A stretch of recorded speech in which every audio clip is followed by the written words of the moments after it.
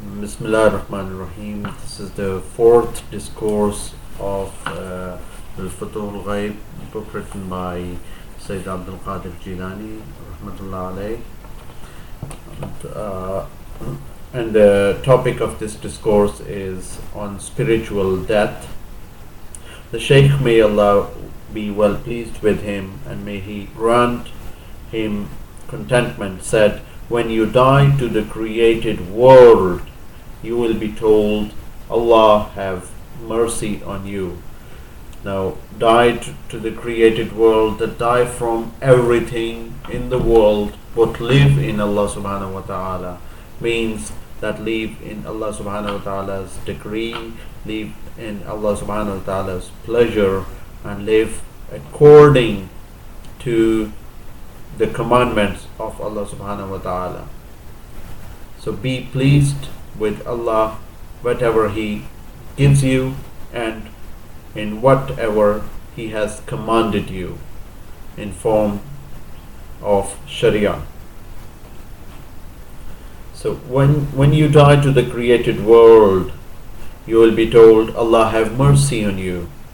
May He now let you die to passionate desire. And when you die to your passionate desire, you will be told, Allah have mercy on you. And may He now let you die to your willing and wishing. When you die to your will, you will be told, Allah have mercy on you. And may He now restore you to a life beyond which there is no death. So, my brothers, to die from everything, to die from your own desires, to die from the worldly desires, to die from everything in this world, but live in Allah subhanahu wa ta'ala, live in Allah subhanahu wa ta'ala's pleasures, to seek Allah subhanahu wa ta'ala's pleasure, and to go along with Allah subhanahu wa ta'ala's desire and decree for you, and to go along with Allah subhanahu wa ta'ala's pleasure. So whatever Allah does with you and does for you, to take it with the pleasure, and that is living in Allah subhanahu wa ta'ala, and die from your own desires. You will then be, if you do that, you will then be enriched with a wealth behind which comes no poverty. You will be granted a gift behind which comes no deprivation, and you will be given a comfort behind which comes no distress. And you will be favored with the bliss behind which comes no misery, and you will be schooled in a knowledge behind which comes no ignorance. You will be assured of a security behind which comes no fear, and you will be made so prosperous that you are never exposed to hardship, so honored that you never suffer disgrace, so established that you cannot be dismissed, so exalted that you will never be abased, so respected that you are never treated with contempt, so purified that you will never be defiled. Thus hopeful aspirations for you will be realized, and good reports of you will be confirmed. So my brothers and sisters, what are the blessings and what are the rewards of being pleased with Allah subhanahu wa ta'ala, to the extent that you die from your own desires and live in Allah subhanahu wa ta'ala. It is very easy and very difficult at the same time, but if you do that, the reward is very great. But before that, Allah subhanahu wa ta'ala will make you suffer from some kind of trials and afflictions which come to everybody, not only you. But if you are successful in undergoing those trials, in coping with those trials, and to do sabr and the shukr at the same time with Allah subhanahu wa ta'ala, then Allah ta'ala will give you the reward that He will, after a certain period of hardship and calamity, which may be very long even, but after that period, Allah subhanahu wa ta'ala will lift those calamities for you. فَإِنَّ مَعَ الْعُسْرِ يُسْرًا. فَإِنَّمَا and إِنَّ مَعَ الْعُسْرِ يُسْرًا. So فَإِنَّ مَعَ الْعُسْرِ يُسْرًا إِنَّ مَعَ الْعُسْرِ يُسْرًا. Now, after every hardship there is an easy time, and after every hardship there is an easy time. So just I'm just giving you the mafhum, or the meaning of the ayat. I'm not translating it exactly, but the mafhum of this ayat is that after every hardship there is an ease, there is a comfort. It is in Surah Al-Inshirah. So, and if you pass those calamities, Allah subhanahu wa ta'ala will reward you with a wealth behind which comes no poverty. That means that either Allah subhanahu wa ta'ala will give you some wealth, or if He will make you contented with whatever you have. Similarly, you will be granted a gift behind which comes no deprivation. You will be given a comfort behind which comes no distress. So, to be pleased with Allah subhanahu wa ta'ala is a kind of comfort, and furthermore Allah may make your life even more comfortable in a worldly means. Similarly, you will be favored with a bliss behind which comes no misery. You will be schooled in a knowledge behind which comes no ignorance. You will be assured of a security behind which comes no fear. So security, Allah Ta'ala may make your life safe and secure from this world, and with regards to the hereafter, but having He will also grant you an inner sense of security, that you just feel so secure that whatever comes to you is from Allah subhanahu wa ta'ala. So whatever will happen to you will not make you worried, and that's a sense of security. And at the same time, Allah will give you a security in worldly means. But after having passed through some kind of trials, you will be made so prosperous that you are never exposed to hardship, so honored that you never suffer disgrace, so established that you cannot be dismissed, so exalted that you will never be abased, so respected that you're never treated with contempt, so purified that you will never be defiled. Thus hopeful aspirations for you will be realized, and good reports of you will be confirmed.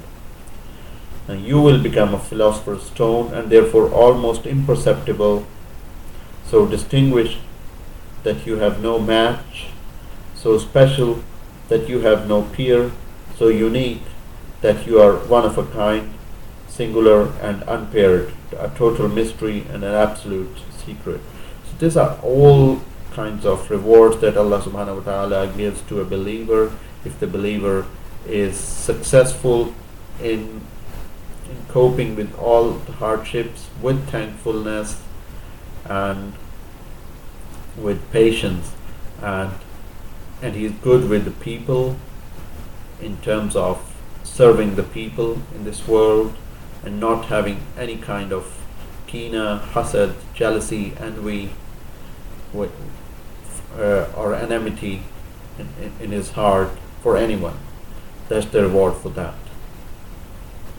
But if that reward is given, one should never ever feel proud, because if there is anything, it's a will of Allah subhanahu wa ta'ala, it's a reward from Allah subhanahu wa ta'ala. So it's not your thing. It still belongs to Allah subhanahu wa ta'ala, and Allah can take this reward from you at any time,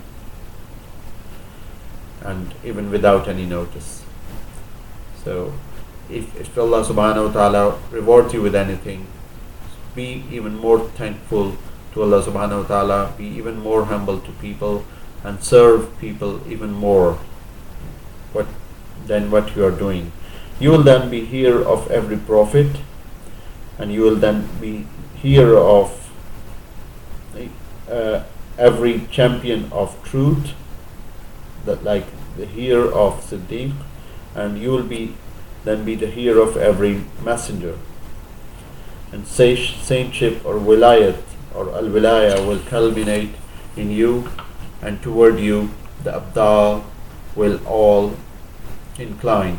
So meaning that you will be given the friendship of Allah subhanahu wa ta'ala, the wilayat of Allah subhanahu wa ta'ala, and after that wilayat your darajat may even be raised up to the level of an Abdal, which is nothing but just one of the levels and one of the stages of wilayah.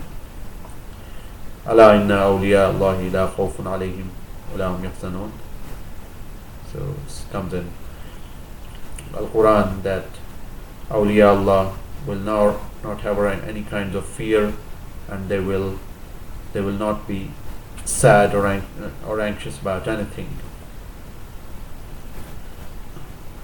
So through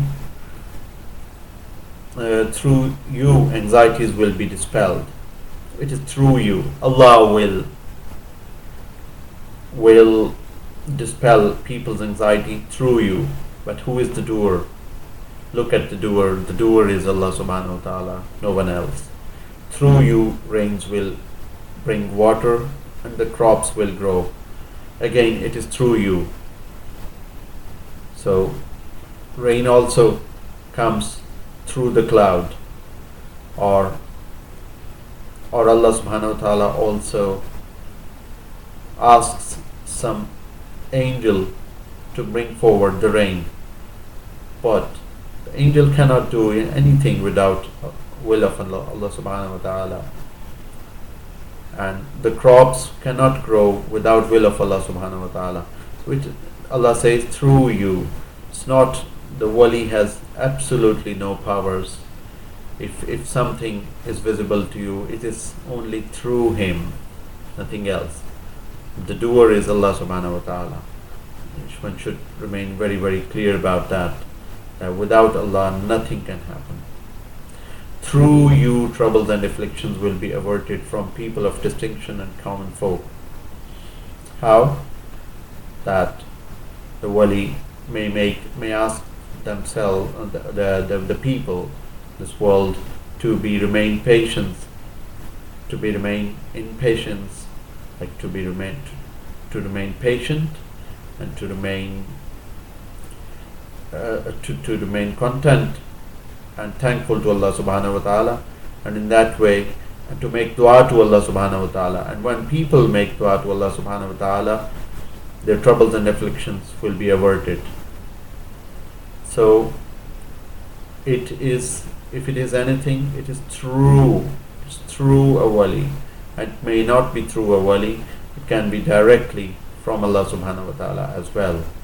So even if it is coming through a wali, like a wali is making dua to Allah subhanahu wa ta'ala, and Allah is fulfilling that dua, it is through a wali, but no one can do anything without will of Allah subhanahu wa ta'ala, and it's only Allah who will do anything for you, and who will make the calamities go away from you. So through you troubles and afflictions will be averted from people of distinction and common folk.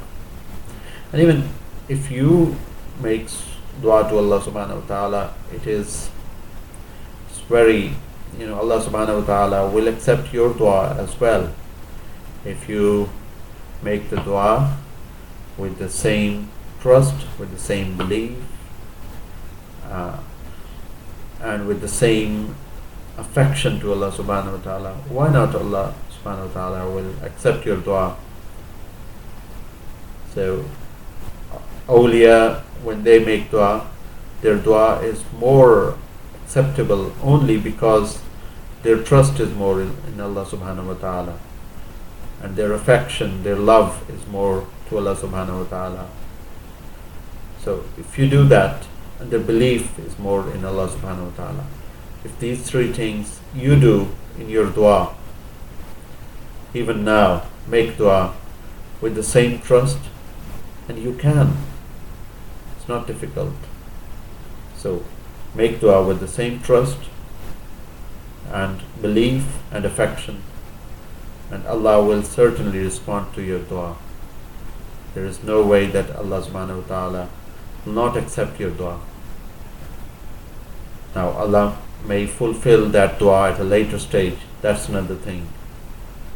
But Allah will accept that dua at the same time, and then will do whatever is the best for you. So through you, troubles and afflictions will be averted from people of distinction, common folk, and inhabitants of the dangerous frontiers, ruler and subject, leaders and society at large. So you will be serving everybody. You will be serving everybody. You will be serving people of distinction, common folk, inhabitants, dangers. You will be serving rulers and subjects. You will be serving leaders and society at large. So you are still a servant. And if anything is coming through you, it is just like a postman delivering message at a doorstep. But who is the sender of the message? The sender of the message is only Allah subhanahu wa ta'ala. So if something is happening through a wali, it is like that. It's just like that someone is delivering Allah subhanahu wa ta'ala's message to you. Nothing else. You will be then the perfect of the country and its population. So people will set out to reach you in haste, to pay their respects, present gifts, and do service by leave of the Creator of all things in all kinds of affairs. All tongues will everywhere be speaking well of you and singing your praises, for no two persons of faith will disagree about you, O best of those who dwell in the land or travel about therein. Now, whatever will happen to you, you should never be boastful of that. That's the real key. Never be boastful of anything, because if anything is coming, it is from Allah subhanahu wa ta'ala. And if you feel proud of yourself for that, it doesn't even take even a second that Allah will take everything from you, and you will be left with nothing. So be fearful of that happening to you. So never be boastful, never feel proud of anything, and be even more thankful to Allah subhanahu wa ta'ala, even more apologizing from Allah subhanahu wa ta'ala, and more serving to the people. And then Allah says in Quran, A'udhu billahi minash shaitanir rajim, Bismillahir Rahmanir Rahim, ذَلِكَ فَضْلُ اللَّهِ يُؤْتِيهِ مَن يَشَاءُ وَاللَّهُ ذُو الْفَضْلِ الْعَظِيمِ. Such is the bounty of Allah, which He bestows on whom He will. Allah is the Lord of infinite bounty. Sadaqallahu al-Azim. So it is only and only Allah's bounty, and it's not a thing you have done. Keep that in mind and pray for me, because I'm the biggest of the sinners of this world, and may Allah accept my tawbah first, and then Allah Ta'ala accept your tawbah as well. So be apologetic to Allah Subhanahu wa Ta'ala and seek His forgiveness. May Allah be with you. Always do Allah's zikr. One of Allah's zikr is Bismillahir Rahmanir Rahim. Keep reciting Bismillahir Rahmanir Rahim day and night, and send peace and blessings of Allah Subhanahu wa Ta'ala to His Prophet. It can be, the best form is through the Ibrahimi. Allahumma salli ala Muhammadin wa ala ali Muhammadin kama sallaita على إبراهيم وعلى آل إبراهيم إنك حميد مجيد اللهم بارك على محمد وعلى آل محمد كما باركت على إبراهيم وعلى آل إبراهيم إنك حميد مجيد. The short form of Durood is صلى الله تعالى على حبيبه محمد وآله وسلم. بسم الله الرحمن الرحيم صلى الله تعالى على حبيبه محمد وآله وسلم. وآخر دعوانا أن الحمد لله رب العالمين.